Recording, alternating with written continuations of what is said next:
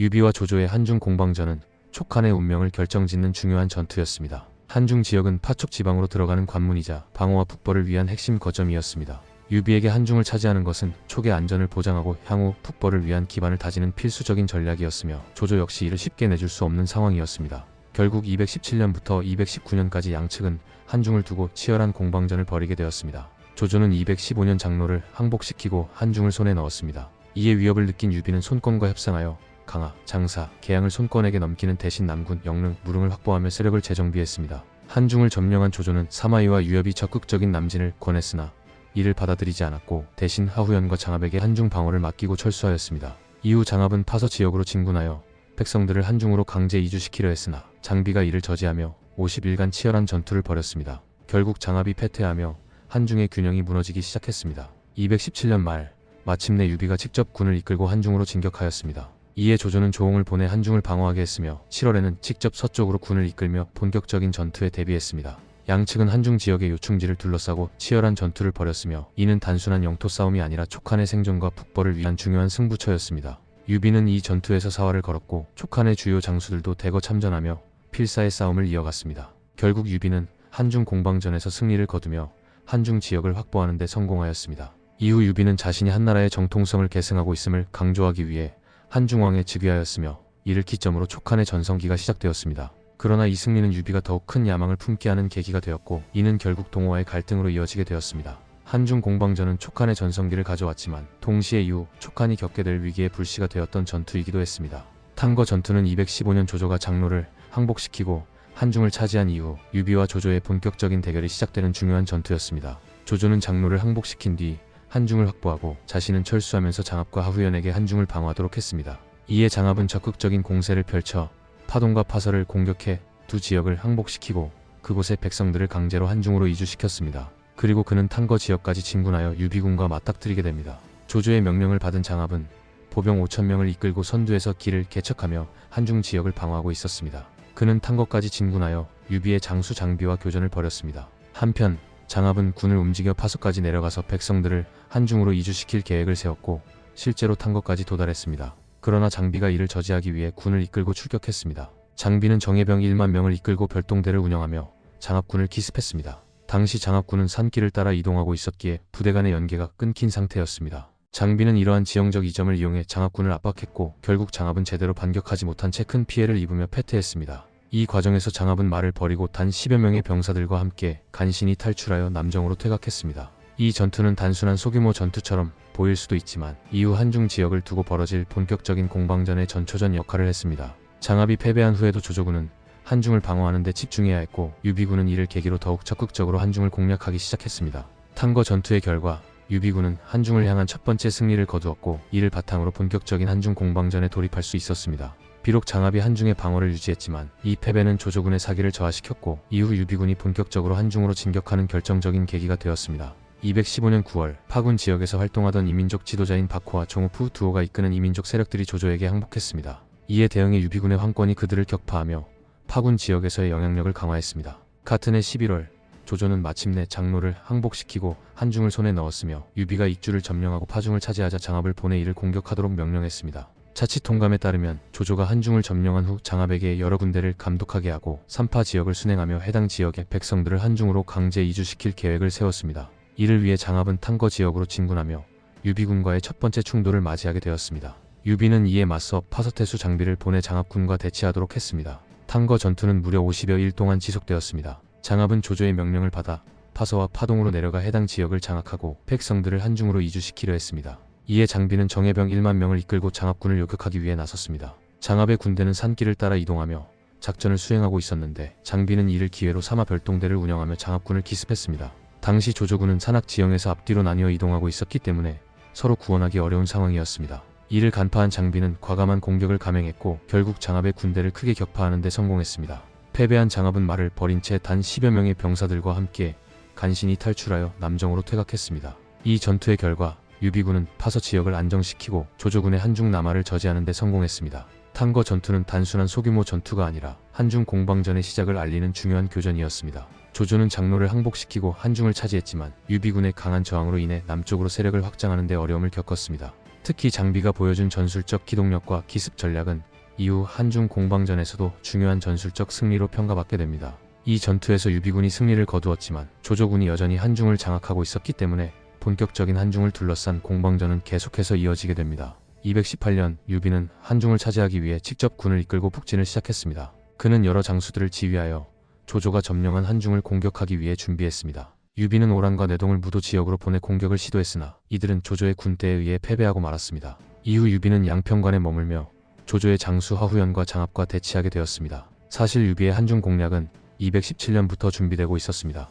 유비는 법정의 조언을 받아들이고 그의 책략이 훌륭하다고 판단해 군을 움직이기로 했습니다. 그는 장비, 마초, 오란 등을 하변에 주둔하게 하며 이를 통해 조조의 방어선을 압박하려 했습니다. 이에 대응해 조조는 조홍을 파견하여 이들을 방어하도록 했고 조홍은 조휴를 기도위로 임명하여 군무를 맡겼습니다. 이 과정에서 유비는 장비를 고산에 배치해 조조군의 배후를 차단하려 했습니다. 그러나 조홍의 참모였던 조유는 이를 간파하고 적이 실제로 길을 끊으려 했다면 몰래 폭병을 배치했어야 하지만 오히려 크게 위세를 드러내는 것은 실행할 능력이 없다는 뜻이다. 오란을 먼저 공격하면 장비도 물러날 것이라며 조홍에게 조언했습니다. 조홍은 이에 따라 즉시 오란을 공격했고 결국 오란은 패배했으며 장비 역시 후퇴하게 되었습니다. 이후 3월에 장비와 마초는 한중으로 후퇴했고 오란은 은평 지역의 부족장 강단에게 붙잡혀 참수당했습니다. 조홍은 오란의 수급을 받아 조조에게 보냈고 조조는 이를 기념하며 조홍과 조유를 승진시켰습니다. 한편 유비가 한중을 공격하려 했던 가장 큰 이유는 조조가 장로를 항복시킨 이후 파촉을 바로 공격하지 않고 하후연과 장압을 남겨 방어를 맡기고 본인은 북쪽으로 철수했기 때문이었습니다. 법정은 유비에게 조조가 직접 한중을 통치하지 않고 철수한 것은 내부에 우환이 있었기 때문이며 조조가 남겨둔 하후연과 장압은 유비 측 장수들보다 능력이 부족하므로 지금 공격하면 반드시 승리할 수 있다고 주장했습니다. 그는 지금 군사를 일으켜 공격하면 반드시 승리할 수 있다.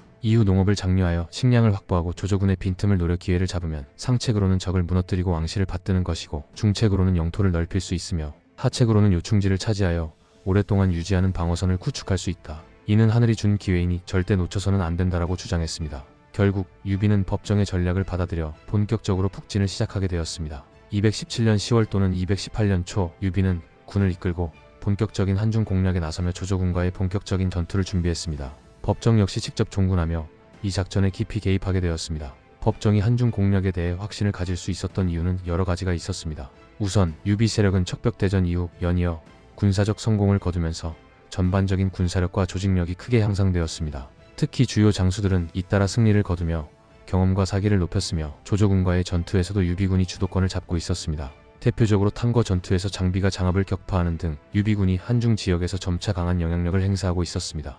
또한 황건이 조조에게 투항한 장로와 함께 파군 지역을 방어하던 두와 파코를 격파한 것도 중요한 성과였습니다. 이로 인해 파군 일대에서 유비군의 영향력이 확고해졌으며 이미 황건은 하후연을 공격하고 한중을 점령할 구체적인 계획을 수립해둔 상태였습니다. 따라서 한중 공략은 단순한 공격이 아니라 철저히 준비된 전략적 행동이었으며 실행에 옮길 시기가 마침내 도래한 것이었습니다. 법정이 자신감을 가질 수 있었던 또 다른 이유는 조조 세력이 내부적으로 큰 문제를 겪고 있었기 때문이었습니다. 조조는 오랫동안 천자를 받들어 세력을 키운다는 명분으로 정권을 유지해왔지만 216년 위왕에 즉위하면서 내부 반발을 초래했습니다. 당시 중국에서는 왕의 자기가 원칙적으로 황족에게만 주어졌으며 한고조 유방이 사망하기 전 백마지맹을 통해 유씨가 아닌 자가 왕이 되면 천하가 함께 공격한다는 원칙을 세웠습니다. 이 원칙은 이후에도 강력하게 유지되었으며 과거 여후가 외척인 여시들을 왕으로 봉하려 했을 때도 반발이 심했고 왕망조차 찬탈 직전까지 공작에 머물렀습니다. 심지어 동탁, 이각, 곽사 같은 실권자들도 왕위를 탐내지 못했습니다. 그러나 조조는 이러한 금기를 깨고 위왕에 즉위했기 때문에 내부적으로 강한 반발을 불러왔고 조조 정권 내에서도 의문을 가졌던 최엄과 모계 같은 충성스러운 신하들이 숙청되는 사태가 벌어졌습니다.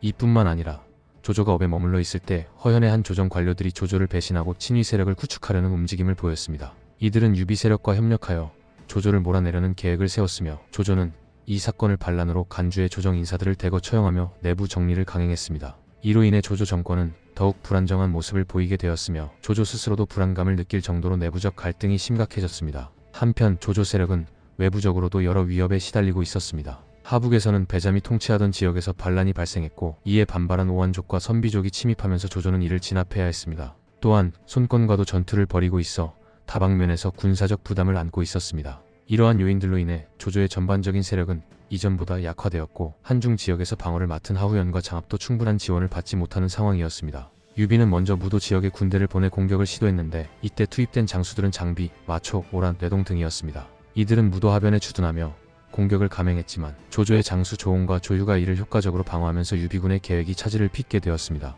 조홍은 조유의 조언을 받아 빠르게 반격을 가했고 결국 오란이 격파당해 전사했으며 장비와 마초 역시 퇴각할 수밖에 없었습니다. 이러한 상황에서 법정은 여전히 승리를 확신하고 있었으며 조조의 내부 문제와 외부 위협이 점점 커지는 상황을 고려해 한중 공략이 성공할 수 있다고 판단했습니다. 유비 역시 이러한 상황을 인지하고 법정의 조언을 받아들여 본격적인 한중 공략을 위한 군사 작전을 추진하게 되었습니다. 유비가 한중을 차지하려는 과정에서 그의 전략적 시도는 매우 다양했습니다. 그중 하나로 유비는 진식과 10여 개의 부대를 보내 마명각도를 끊어 조조군의 연락과 행군 체계를 무너뜨리려 했습니다. 그러나 이에 대응한 서왕이 별동대를 이끌고 진식을 공격해 격파하면서 유비의 시도는 실패로 돌아갔습니다. 이 과정에서 많은 병사들이 산과 계곡으로 뛰어들어 목숨을 잃었을 정도로 전투는 치열했습니다. 이 전투를 통해 한중 지역 총사령관이었던 하후연의 지휘력이 뛰어났음을 확인할 수 있습니다. 그는 장압을 광석에 주둔시켜 유비군의 주력을 상대하도록 하고 서왕을 이용해 마명각도를 방어함으로써 유비의 포위 전략을 무력화시켰습니다. 반면 유비 역시 마초와 저족을 이용해 무도와 하변을 공격하며 양평관의 주둔에 마명각도를 끊으려 하는 등 다양한 전략적 시도를 보여주었습니다.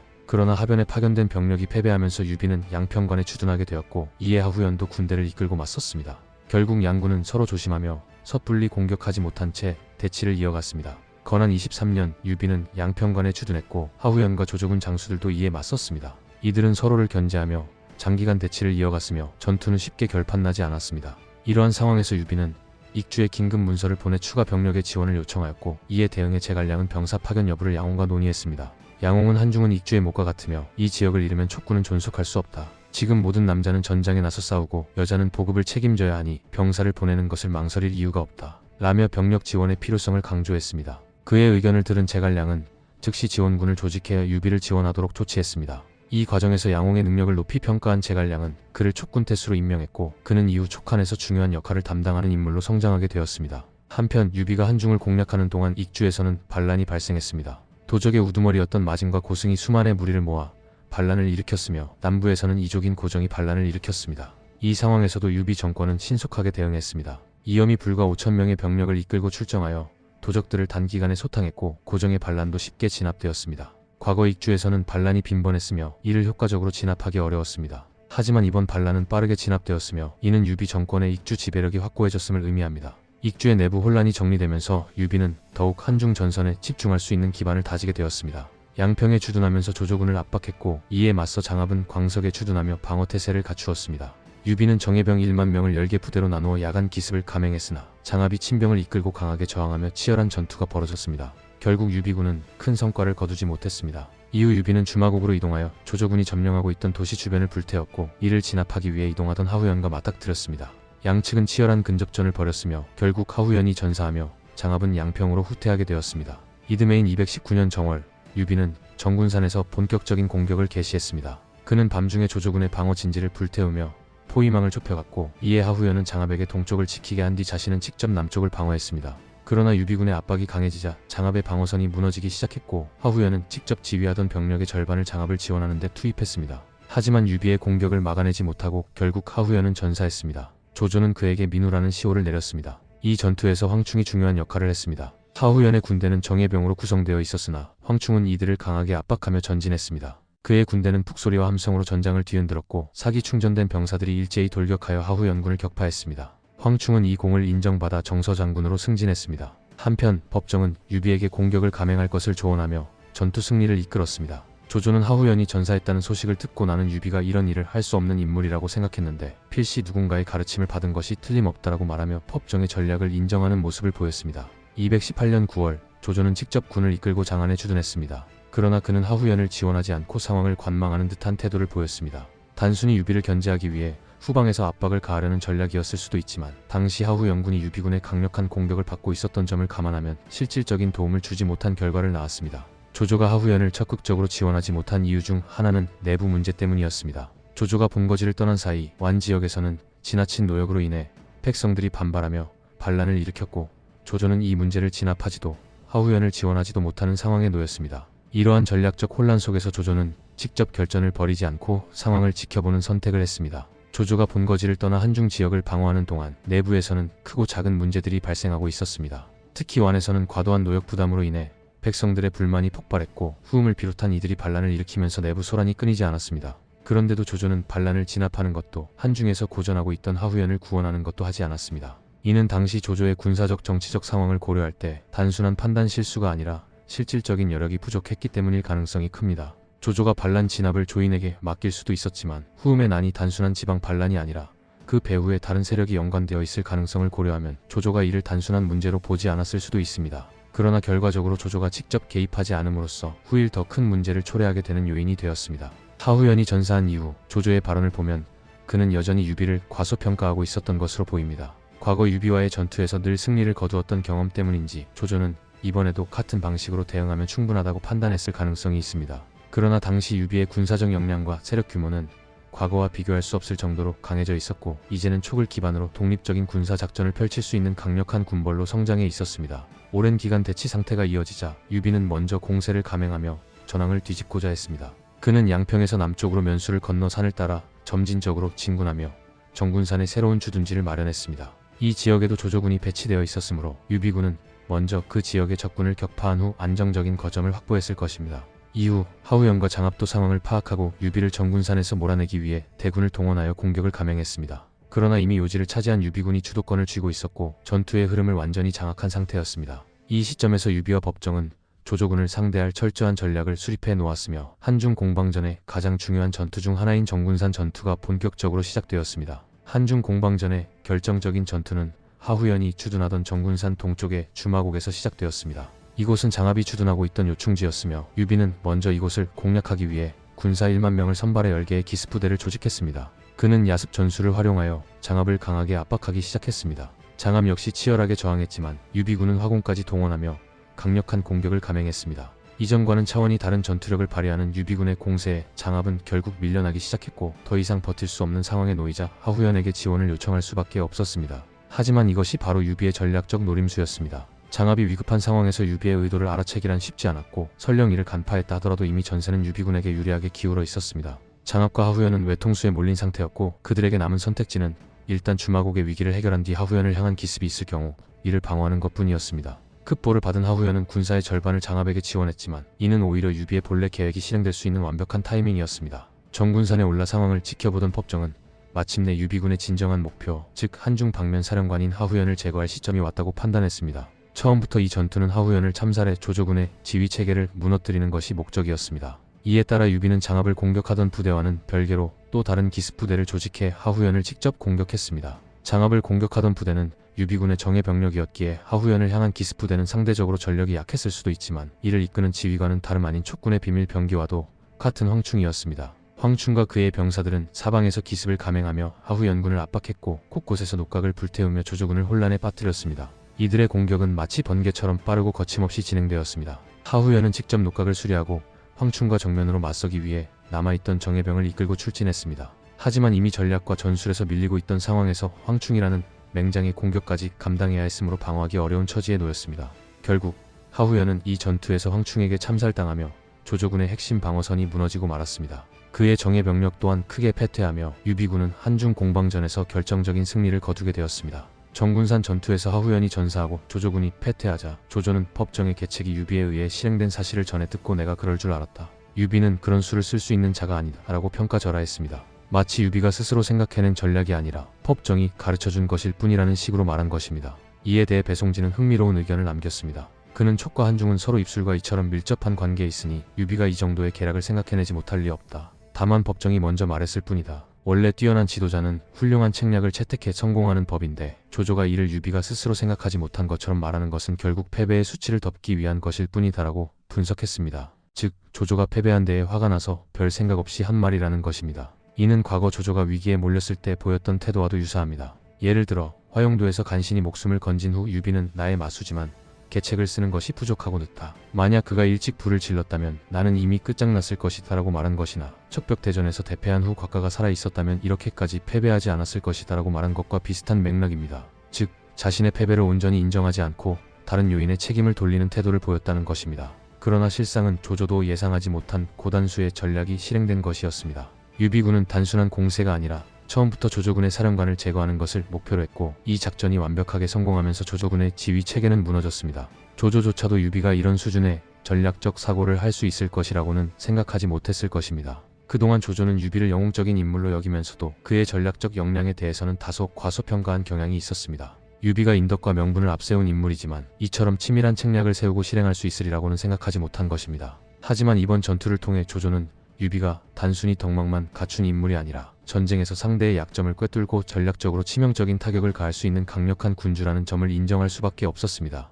이러한 점에서 정군산 전투는 단순한 군사적 승리를 넘어 조조가 유비를 재평가하게 되는 중요한 전환점이 되었습니다. 위락에 따르면 유비는 장압을 경계하면서도 하후연을 그리 두려워하지 않았다고 합니다. 하후연이 전사하자 유비는 응당 우두머리를 잡아야지 이 자를 잡아서 무엇하겠는가 라고 말하며 장압이 더 중요한 목표였다는 점을 강조했습니다. 이는 회화 장수들을 독려하기 위한 발언일 수도 있고 동시에 장압이 한중 방면에서 차지하는 중요성을 인식한 것이기도 했을 것입니다. 장압은 당시 한중군의 2인자로서 한중과 무도, 파군 지역에서 조조군의 실질적인 전투를 주도한 인물이었습니다. 조조의 한중 정벌 과정에서도 그는 직접 군대를 이끌고 전투를 수행하며 평정 작업을 진행했습니다. 따라서 유비가 한중을 차지하고자 한다면 하후연보다도 장압을 무너뜨리는 것이 훨씬 중요했습니다. 이는 장압이 직접 다스리고 영향력을 행사하던 지역 주민들과 이민족 세력들에게도 강한 인상을 남기기 위해서였을 것입니다. 하후연이 전사한 후 위군의 사기는 크게 흔들렸습니다. 군 내부의 동요를 막기 위해 곽해는 흩어진 병사들을 수습하고 장압을 군주로 추천하여 지휘권을 안정시켰습니다. 이에 따라 장압이 한중 방면의 총사령관 역할을 맡게 되었고 군대는 다시 질서를 찾았습니다. 그런데 바로 다음 날 유비가 한수를 건너 공격을 시도했습니다. 위군의 장수들은 유비의 기세가 워낙 강하기 때문에 직접 맞서는 것은 무리라고 판단하고 강을 끼고 방어 태세를 구축하는 방안을 논의했습니다. 그러나 곽해는 이러한 방안이 오히려 약점을 노출하는 것이라고 지적하며 강에서 멀리 떨어진 곳에 진을 쳐 유비군이 강을 반쯤 건넜을 때 기습하는 전략을 제안했습니다. 하지만 유비는 강변의 위군 배치를 보고 이를 의심하여 도하를 시도하지 않았습니다. 곽해의 전략 덕분에 위군은 강을 넘어오는 유비군을 막는 데 성공했지만 여전히 병력 차이는 극심했습니다. 결국 조조는 장안을 떠나 직접 한중 전선으로 움직이기 시작했습니다. 하후연이 양평에서 전사하자 조조는 이 소식을 듣고 한중 전선의 위기를 인지했습니다. 이에 따라 조진을 정촉호군으로 임명하고 서왕 등의 장수들을 지휘하게 하여 양평에서 유비의 별장 고상을 격파하도록 했습니다. 이로써 조조는 본격적인 한중 정벌을 위한 준비에 돌입하게 되었습니다. 218년 가을 7월 조조는 직접 군사를 조련하며 유비를 정벌하기 위한 대규모 작전을 시작합니다. 이후 9월에는 장안에 도착하여 병력을 집결시키고 전선을 정비한 뒤 219년 3월 마침내 야곡을 지나 한중으로 진격합니다. 조조는 군대를 요충지에 배치하며 한중으로 향했고 이 전략에 대해 호삼성은 조조가 유비의 저항을 우려해 선제적으로 중요한 길목을 차단하고 한중으로 나아가려는 의도였다고 분석했습니다. 한편 유비는 조조의 대군이 다가오자 이를 멀리서 예측하며 비록 조조가 온다 해도 할 수 있는 것이 없을 것이니 내가 반드시 한천을 차지할 것이다 라고 말하며 자신감을 보였습니다. 조조가 한중에 도착하자 유비는 병력을 결집해 요충지를 차지하고 방어 태세를 갖추었습니다. 그는 조조와 직접 전투를 벌이지 않고 험준한 지형을 활용해 수세적인 방어 전략을 펼쳤고 이러한 방어전으로 인해 조조는 오랜 시간 한중을 공략하지 못하고 어려움을 겪게 됩니다. 시간이 흐를수록 위군의 병사들은 점차 탈영하는 사례가 늘어났고 조조의 공격은 교착 상태에 빠지게 되었습니다. 조조가 직접 한중으로 출정했다는 소식은 유비에게도 전해졌지만 유비는 이에 위축되기는커녕 오히려 더욱 자신감을 보였습니다. 이미 하후연을 제거하고 한중의 요충지를 대부분 장악한 상황에서 유비는 이번 전쟁의 승리를 확신하고 있었습니다. 그는 조조가 직접 와도 아무것도 할 수 없으며 한중을 차지할 절호의 기회라고 판단했습니다. 유비는 설령 조조가 직접 온다 하더라도 한천은 반드시 내가 차지하고야 말겠다 라며 강한 자신감을 드러냈습니다. 이번 한중 공방전은 단순한 전투 이상의 의미를 가졌습니다. 이는 조조와 유비라는 두 영웅이 동등한 군사력을 갖추고 맞붙은 첫 번째이자 마지막 대결이었습니다. 두 사람은 과거 낙양에서 처음 마주친 이후 30여 년 동안 수많은 인연을 쌓아왔고 서로 다른 길을 걸으며 패권을 다투었습니다. 그리고 마침내 한중이라는 전략적 요충지를 놓고 그들의 최후의 격돌이 벌어진 것이었습니다. 조조는 오래전부터 유비를 자신과 견줄 만한 인물로 평가했지만 그동안 유비가 안정적인 기반을 마련하지 못했던 점 그리고 자신이 여러 차례 유비를 패퇴시킨 경험을 떠올리며 이번에도 승리를 확신하고 있었던 것으로 보입니다. 조조가 전쟁을 앞두고 여러 차례 자신만만한 발언을 했던 것도 이러한 내면의 자신감에서 비롯된 것이었을 것입니다. 반면 유비는 오랜 세월 동안 조조에게 패배를 거듭하며 그의 강함을 누구보다도 잘 알고 있었습니다. 그러나 이제 유비는 강력한 군사력을 갖추었고 한중이라는 전략적 거점을 손에 넣을 준비가 되어 있었습니다. 조조의 공격이 예상되었음에도 불구하고 조조가 와도 아무것도 하지 못할 것이다 라고 선언한 것은 단순한 허세가 아니라 필승의 의지를 다진 각오였습니다. 그는 이제 조조와 대등한 위치에서 싸울 수 있다고 믿었고 이번 한중 전투에서 반드시 승리의 촉간의 기반을 다지겠다는 강한 결심을 가지고 있었습니다. 한중 공방전에서 조조와 유비는 치열한 대치 상황을 이어갔습니다. 조조는 야곡을 통해 한중에 도착한 후 곧바로 유비의 본대와 마주하게 되었습니다. 유비는 지형의 이점을 활용해 험준한 곳을 방어하며 최대한 전투를 피하려 했고, 조조는 정면 승부를 통해 유비군을 몰아내려 했습니다. 이로 인해 두 군대는 팽팽한 대치 국면에 들어갔고 전쟁의 주도권을 두고 치열한 신경전이 벌어졌습니다. 유비는 전면적인 교전을 피하려 했지만 일부 전투는 불가피하게 벌어졌습니다. 특히 조은이 벌인 전투는 대단히 치열했으며 법정전 주석에 따르면 유비는 적의 화살이 피처럼 쏟아지는 위험한 상황에서도 퇴각하지 않고 직접 지휘를 했다고 전해집니다. 당시 전황이 불리해 후퇴하는 것이 옳았지만 유비는 쉽게 물러서려 하지 않았습니다. 이러한 상황에서 법정이 유비에게 다가와 함께 후퇴할 것을 권유했고, 유비는 결국 그의 설득을 받아들이고 퇴각을 결정했습니다. 한편 유비군도 마냥 방어에만 집중한 것은 아니었습니다. 오히려 적극적으로 전투를 유도하며 조조군을 도발하는 모습도 보였습니다. 위락에 따르면 유비는 산 위에 주둔하면서 유봉을 내려보내 조조군을 공격했고, 이에 조조는 크게 분노하며 유비를 모욕하는 발언을 했다고 전해집니다. 그는 돗자리나 짜던 자가 감히 가짜 아들을 보내 나에게 맞서다니, 내가 황수아를 불러 너를 상대할 테니 기다려라 라고 말하며 격앙된 반응을 보였습니다. 이러한 기록을 보면 유비군과 조조군 사이에는 공식적인 대규모 전투뿐만 아니라 여러 차례의 소규모 전투와 심리전이 함께 벌어졌음을 알 수 있습니다. 두 세력은 한중에서 서로의 기세를 꺾기 위해 치열한 공방전을 펼쳤고, 이 과정에서 유비군은 전술적으로 신중한 접근을 하면서도 필요할 때는 선제 공격을 가하며 조조군을 견제했습니다. 조조가 한중을 차지하기 위해 본격적으로 군사를 움직이면서 그의 군대는 푹산 근처에 엄청난 양의 군량을 보급했습니다. 이에 유비는 황충에게 군사를 맡겨 조조의 보급선을 습격하도록 지시했고, 조우는 이를 보조하는 역할을 맡았습니다. 그러나 황충이 기한을 넘겨도 돌아오지 않자 조우는 단순한 지연이 아니라 예상치 못한 문제가 발생했을 가능성을 직감했습니다. 이에 그는 소수의 기병을 이끌고 황충을 직접 마중하러 나섰습니다. 하지만 조운이 북산으로 향하던 중 그는 뜻밖에도 조조의 대군과 마주치게 되었습니다. 불과 수십 기의 병력만을 거느린 상황이었지만 조운은 이를 두려워하지 않았습니다. 그는 뛰어난 기동력을 이용해 조조군의 대형을 흐트러뜨리는 기습 작전을 펼쳤습니다. 기병을 빠르게 운영하며 곳곳에서 공격을 감행했고, 조조군이 정신을 차릴 때쯤 다시 예기치 않은 방향에서 돌격해 혼란을 가중시켰습니다. 이러한 기동 전술을 통해 조우는 조조군을 당황하게 만들었고, 동시에 아군까지 구출하는 데 성공했습니다. 조우는 진영으로 귀환하는 과정에서도 단순히 후퇴하지 않았습니다. 오히려 역으로 조조군을 유인해 공성계를 펼쳤습니다. 조조군이 그의 진영을 추격하자 조우는 성문을 일부러 열어두고 병사들에게 깃발을 내리고 북을 치지 말도록 지시했습니다. 이를 본 조조군은 조운이 폭병을 숨겨놓은 것은 아닐까 의심하며 주춤거렸고, 결국 신중하게 후퇴하려 했습니다. 그러나 조우는 이 순간을 놓치지 않았습니다. 그는 하늘을 뒤흔들 듯 북을 울리게 하고 동시에 조조군을 향해 화살을 퍼부었습니다. 조조군은 예기치 못한 공격에 혼란에 빠졌고, 군사들끼리 서로 짓밟으며 패주했습니다. 심지어 한수로 떨어져 익사하는 병사들도 속출할 정도로 조조군은 크게 무너졌습니다. 이후 유비는 조운의 놀라운 전투 능력을 직접 확인하기 위해 그의 진영을 방문했습니다. 전날 조운이 싸웠던 장소를 둘러본 유비는 감탄하며 자룡은 온몸이 모두 담으로 이루어진 사람이로다 라고 극찬했습니다. 이에 유비는 군중에서 조운을 특별히 호위 장군으로 불리게 하였고, 그를 위한 음악과 술자리를 베풀어 그의 공적을 기념했습니다. 이 전투는 단순한 교전이 아니라 조운의 기동력과 전략이 빛난 전투였습니다. 소수의 병력만으로 조조의 대군을 혼란에 빠뜨리고 역으로 추격하는 적을 유인해 대패시키는 능수능란한 전술을 보여주었습니다. 이는 조운이 단순한 용맹한 장수가 아니라 전략적인 안목과 기동성을 겸비한 뛰어난 전술가였음을 증명한 대표적인 사례로 기록되었습니다.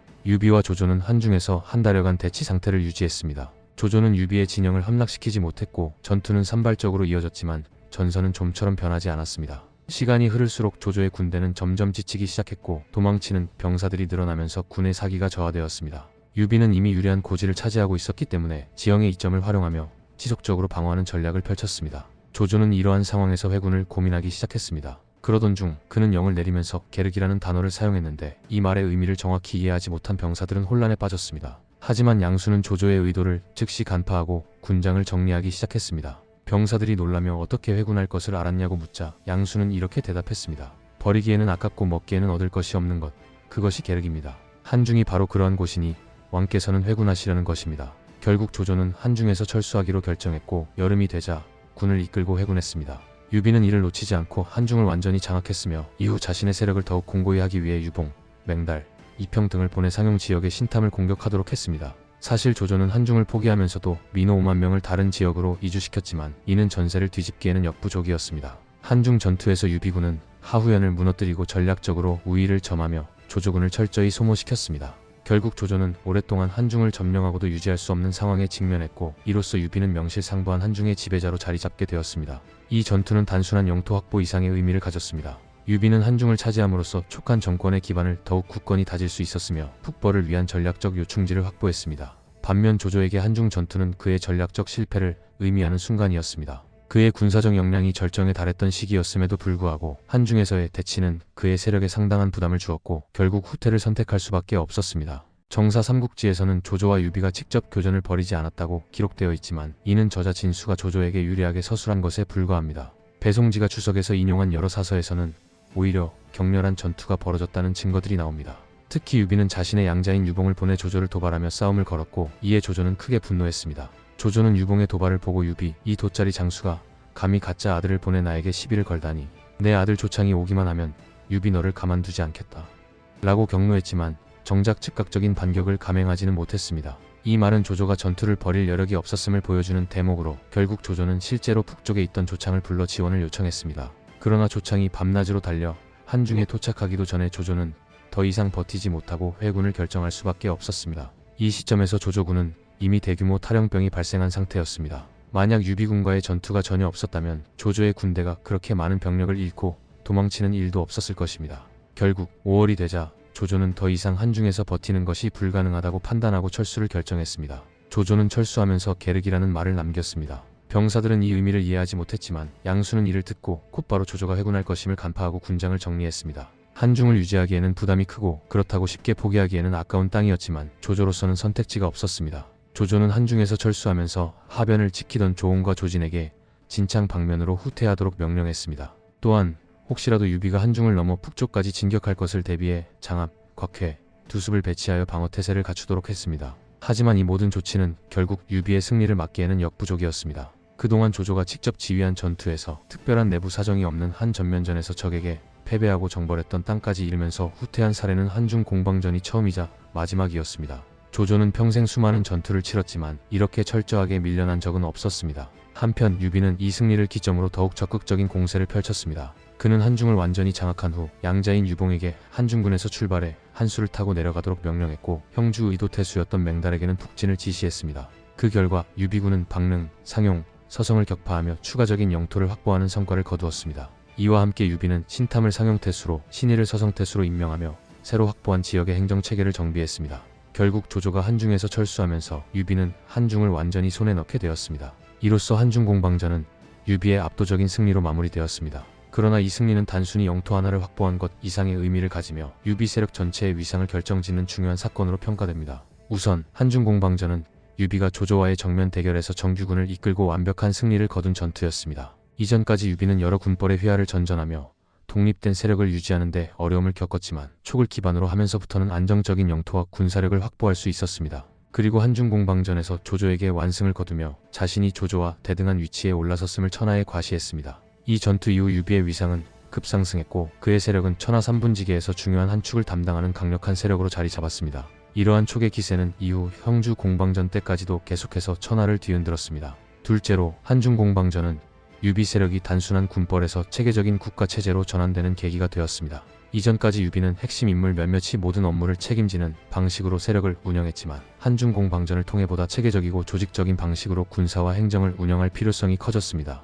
이에 따라 장수와 참모들이 각자의 역할을 맡아 전쟁을 수행하게 되었으며 대부분의 역할을 성공적으로 수행해내면서 유비 정권의 행정 시스템이 더욱 정교해졌습니다. 마지막으로 이 승리의 정치적 상징적 의미는 매우 컸습니다. 유비는 219년 7월 한중왕을 자칭하며 자신의 정치적 입지를 더욱 강화했습니다. 당시 조조는 위왕에 올라 한나라의 권위를 사실상 무너뜨리고 있었는데 유비의 한중왕 칭호는 이에 대한 강한 반대와 도전의 의미를 담고 있었습니다. 한중왕이라는 칭호는 단순한 지방 세력의 군주가 아니라 한나라의 정통성을 계승하는 군주로서 유비가 명분을 세운 것이었습니다. 이는 조조가 위왕에 오를 때 사방에서 반발과 반란이 일어난 것과 대비되어 더욱 극적인 효과를 가져왔습니다. 특히 한중은 한나라를 건국한 유방이 왕이 되었던 지역으로 유비가 이곳에서 왕이 된 것은 단순한 영토 장악이 아니라 한나라의 정통성을 되찾겠다는 강력한 정치적 선언이었습니다. 유비는 한황실의 종친으로서 시조인 유방처럼 조조라는 역적을 토벌하고 한나라를 다시 부흥시키겠다고 천하에 선언한 것이었습니다. 반면 조조는 위왕이 된 지 불과 2년 만에 자신이 차지한 영토를 유비에게 빼앗기고 최측근 장수 하후연을 이루며 대패했습니다.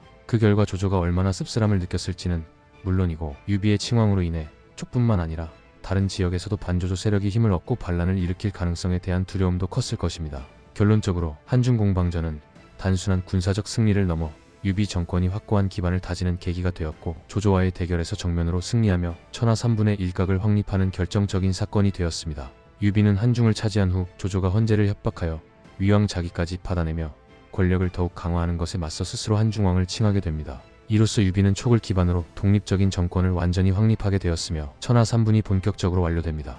유비가 자신의 주요 거점인 촉이나 파 지역을 따서 촉왕이나 파왕이 아닌 한중왕이라는 칭호를 선택한 데에는 중요한 정치적 의도가 있었습니다. 한중 지역은 본래 유방이 초안 전쟁에서 한왕이 되어 대업을 시작한 곳이었으며 따라서 유비가 한나라 부흥을 외치며 정통성을 주장하기에 매우 적합한 지역이었습니다. 그러나 이미 한은 왕조의 명칭이었기 때문에 유비가 직접 한왕이라 칭하는 것은 피하고 대신 지명을 따서 한중왕이라 자칭한 것입니다. 또한 유비가 단순히 조조의 위왕 칭호에 대응하려 했다면 촉왕과 같은 일자왕을 선택할 수도 있었습니다. 하지만 그는 황실에 대한 존중을 표하기 위해 조조보다 한 단계 낮은 이자왕의 칭호를 선택했습니다. 이는 조조가 사실상 황제를 능멸하고 권력을 찬탈하려 한다는 점을 강조하는 전략이었습니다. 본래 중국의 9년제 체제에서는 일자왕은 황실 직계에게만 주어지는 칭호였는데 조조가 위왕 자기를 받은 것은 사실상 사악한 권신이 황제를 핍박하며 황실의 전통을 무너뜨리는 행위로 볼 수 있었습니다. 이에 반해 유비는 한중왕을 칭하며 자신을 한나라의 시조 유방과 동일한 존재로 포장하고 조조를 초안 전쟁 당시 항우와 같은 인물로 몰아세우는 프레임을 활용했습니다.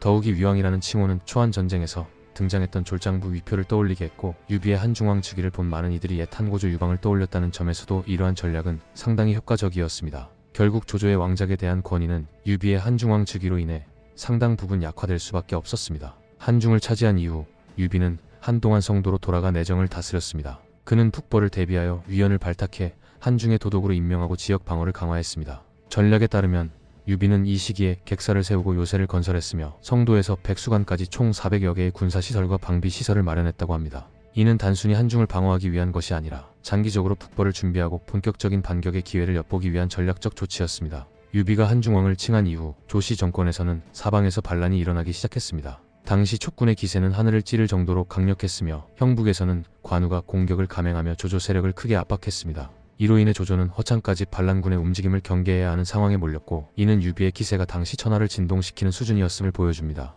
결과적으로 유비의 한중왕 즉위는 단순한 칭호 이상의 의미를 가졌습니다. 조조와의 정치적 대립에서 명분을 강화하는 동시에 촉의 내정을 정비하고 북벌을 위한 기반을 다지는 중요한 계기가 되었던 것입니다. 219년 유비가 한중을 차지하고 한중왕에 즉위하며 세력을 확장하던 와중에 형주에서 관우가 북진하다가 서왕에게 패배하는 사건이 발생했습니다. 이후 손권이 위와 밀약을 맺고 형주의 남군을 기습적으로 공격하면서 관우는 결국 형주를 상실하고 손권의 군대에 붙잡혀 참수당하는 비극을 맞이했습니다. 관우의 죽음은 유비에게 큰 충격을 안겨주었고 그는 크게 격분하며 분노를 감추지 못했습니다. 당시 관우는 유비의 오랜 전우이자 형제와도 같은 존재였으며 유비의 세력 확장에 있어 가장 중요한 인물 중 하나였습니다. 그의 죽음은 단순한 패배 이상의 의미를 가지며 촉의 운명에도 중요한 영향을 미쳤습니다. 그로부터 2년 후인 221년 6월 복수를 준비하던 장비 역시 부하 장달과 범강에게 살해당하는 사건이 발생합니다. 장비는 오랫동안 유비와 함께하며 충성스러운 모습을 보였던 장수였으나 다혈질적인 성격과 가혹한 군율이 원인이 되어 결국 부하들에게 살해당하는 비극을 맞이했습니다. 유비는 장비의 죽음 소식을 듣고 깊이 한탄하며 슬퍼했습니다. 삼국지연의에서는 이 장면이 더욱 극적으로 묘사되는데 관우의 죽음을 전해 들은 유비가 그 자리에서 혼절하여 사흘 동안 의식을 잃고 깨어난 뒤 손권을 반드시 처단하겠다고 다짐하는 모습이 그려집니다. 이후 장비마저 비극적인 최후를 맞이하자 유비는 다시금 사흘 밤낮을 오열하며 두 형제의 죽음을 애도하는 모습이 나오기도 합니다. 당시 제갈량과 조우는 유비에게 두 분의 죽음은 우리에게도 실로 가슴이 찢어지는 아픔이지만 현덕께서 몸을 추스리지 않고 슬퍼하기만 하면 누가 그들의 복수를 하겠습니까? 라며 위로하였고 결국 유비는 이를 받아들여 손권과 동호에 대한 복수를 결심하게 됩니다. 이에 따라 그는 대군을 이끌고 이릉대전을 감행하며 손권을 공격하게 됩니다. 결과적으로 관우와 장비의 죽음은 유비에게 개인적으로도 정치적으로도 엄청난 타격이 되었으며 촉의 향후 행보를 결정짓는 중요한 사건이 되었습니다. 이는 결국 유비가 무리한 이릉대전을 일으키는 계기가 되었으며 그의 말년을 결정짓는 중대한 전환점이 되었습니다. 220년 정월 유비와 오랜 세월을 두고 대립하며 천하를 두고 다퉜던 조조가 사망하였습니다. 만약 유비가 형주를 잃지 않았더라면 그는 이 기회를 결코 놓치지 않고 천하 통일을 위한 전쟁을 시작했을 가능성이 높았습니다. 그러나 관우가 죽고 형주를 상실한 유비는 즉각 대규모 전쟁을 벌일 여력이 없었고 결국 조비는 별다른 저항 없이 위왕의 자기를 계승하게 됩니다.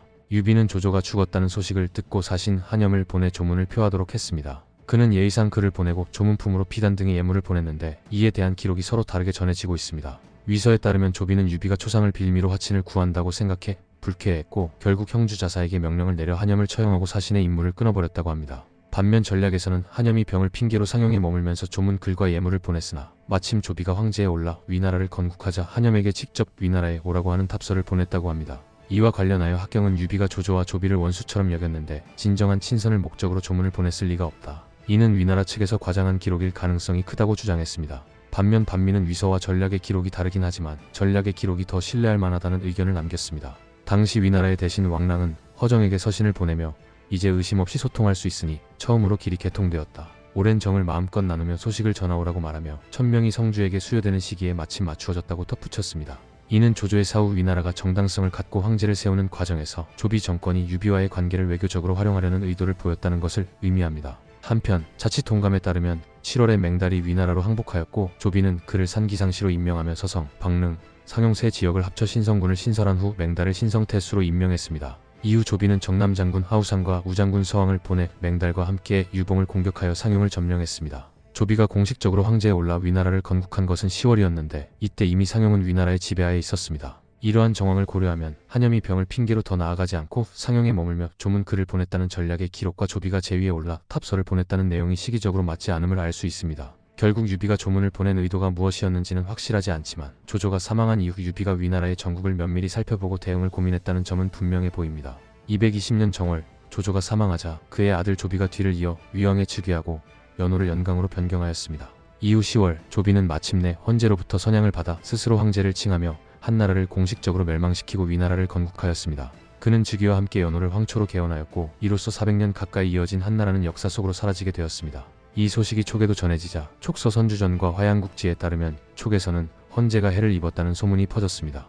유비는 이에 즉각 반응하여 상복을 입고 발상하며 헌제가 시해되었다고 선포하였고 그에게 효민황제라는 시호를 올렸습니다. 하지만 실제로 헌제는 무사히 살아있었으며 조비로부터 사냥공의 자기를 받고 여생을 보냈습니다. 물론 당시 유비와 촉의 신하들이 헌제가 정말 살해되었다고 오해했을 가능성도 존재합니다. 조조가 헌제를 압박했던 사례도 있었고 조조 사후에도 조비가 그를 살려둘 것이라는 보장이 없었기 때문입니다. 당시 위나라에서도 헌제가 선양 후 해를 입었다고 믿는 사람들이 있었을 정도로 이런 소문이 널리 퍼져 있었습니다. 위서에 따르면 헌제 선양 후 위나라에 있던 소칙조차 헌제가 사망했다고 생각하고 곡을 했다고 전해집니다. 심지어 헌제 본인조차도 선양을 한 이후 자신의 신변이 안전하지 않다고 여길 정도였습니다. 이릉대전 당시 손권이 보낸 사신 제갈근이 유비에게 폐하께서는 돌아가신 황제와의 관계를 고려해 보십시오 라고 언급한 것을 보면 당시 촉한 내부에서는 헌제가 이미 사망했다고 믿고 있었던 것으로 보입니다. 하지만 시간이 지나면서 위나라에서 헌제가 살아있다는 사실이 밝혀졌고 그 정보가 촉에도 전해졌을 가능성이 큽니다. 그럼에도 불구하고 촉이 이를 계속 부정한 것은 유비 정권이 한나라의 정통성을 내세워 정당성을 확보하려는 정치적 목적이 있었기 때문으로 보입니다. 한편 헌제가 해를 입었다는 소문이 퍼진 후 촉에서는 이를 하늘의 뜻으로 해석하며 유비의 즉위를 정당화하는 길조들을 말하기 시작했습니다. 촉서 선주전과 화양국지 유후주지에 따르면 촉의 여러 신하들은 각종 도참을 인용하며 유비의 즉위를 정당화했습니다.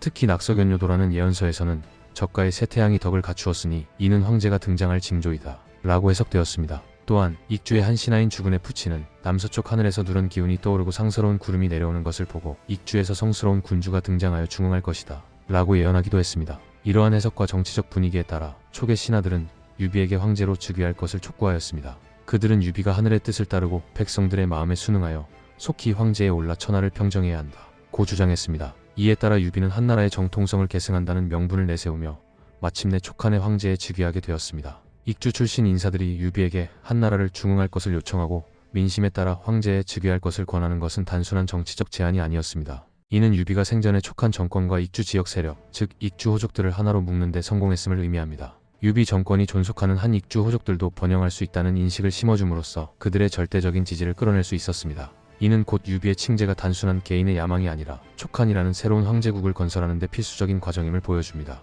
그러나 화양국지에 따르면 유비는 처음에는 이러한 요청을 허락하지 않았습니다. 그는 아직 때가 무르익지 않았다고 판단했던 것으로 보입니다. 하지만 다음 해인 221년 봄이 되자 유비를 따르는 주요 신하들이 다시 한번 황제로 즉위할 것을 간청하는 상주문을 올렸습니다. 태부어정, 안한장군 미축, 군사장군 제갈량, 태상내공, 광록군 황주, 소부왕모 등이 이에 참여하였으며 이들은 조비가 한나라를 찬탈하고 황실을 말살했으며 한나라의 혈통을 계승할 자가 없어진 지금 유비가 나서야 한다고 주장했습니다. 촉서 선주전에 따르면 당시 유비에게 즉위를 요청하는 신하들의 수가 무려 800명에 달했습니다. 이는 단순히 외부 출신 인사들 뿐만 아니라 형주와 익주 출신의 주요 관료들까지 모두 유비를 황제로 추대하는 데 동참했음을 의미합니다. 이들은 다양한 길조와 도참을 언급하며 유비의 즉위를 정당화하려 했으며 유비가 한나라 황실의 혈통을 이어 제위를 계승하는 것이 마땅하다고 강조했습니다. 하지만 유비는 이를 또다시 거절하였습니다. 유비가 계속 거절하자 마침내 최측근이었던 제갈량이 직접 나서서 유비를 설득했습니다. 제갈량은 옛날 한나라의 광무제가 천하의 영웅들이 따르지 않게 될 것을 우려하여 황위에 올랐듯이 지금 조씨가 한나라를 찬탈하여 천하의 주인이 없는 상황에서 대왕께서는 유씨 황족으로서 한나라의 혈통을 계승해야 합니다. 또한 대왕을 위해 헌신한 신하들은 작은 공이라도 보답받기를 기대하고 있습니다. 라고 말했습니다. 이에 유비는 결국 황제 즉위를 결심하게 됩니다. 이러한 과정은 매우 체계적으로 진행되었습니다. 처음에는 익주 출신 실무 관료들의 지지를 확보한 후 점차 주요 측근과 형주 익주 출신의 고위 관리들에게 지지를 확산시켰습니다. 이후 촉한 정권이 세워지는 과정에서 도참을 적극 활용하여 천명이 유비에게 있다는 인식을 심어주었으며 마지막으로 제갈량이 나서서 유비가 마치 어쩔 수 없이 황제에 즉위하는 형식을 갖추도록 만들었습니다. 이에 유비는 즉위를 준비하면서 유파에게 제위 등급과 관련된 모든 문서를 작성하도록 지시했습니다. 또한 제갈량과 박사어자, 의랑맹광이 즉위를 위한 의례와 작법을 정리하였으며 기리를 택하여 황제 즉위식을 거행할 준비를 마쳤습니다. 221년 4월 6일 마침내 유비는 성도 남쪽 무담에서 황제로 즉위하며 촉한을 공식적으로 건국하였습니다. 그는 연호를 장무라 정하고 대사면을 단행하였습니다. 또한 백관을 임명하고 종묘를 세운 후 한고조 유방 이하 한나라의 역대 황제들에게 제사를 올렸습니다.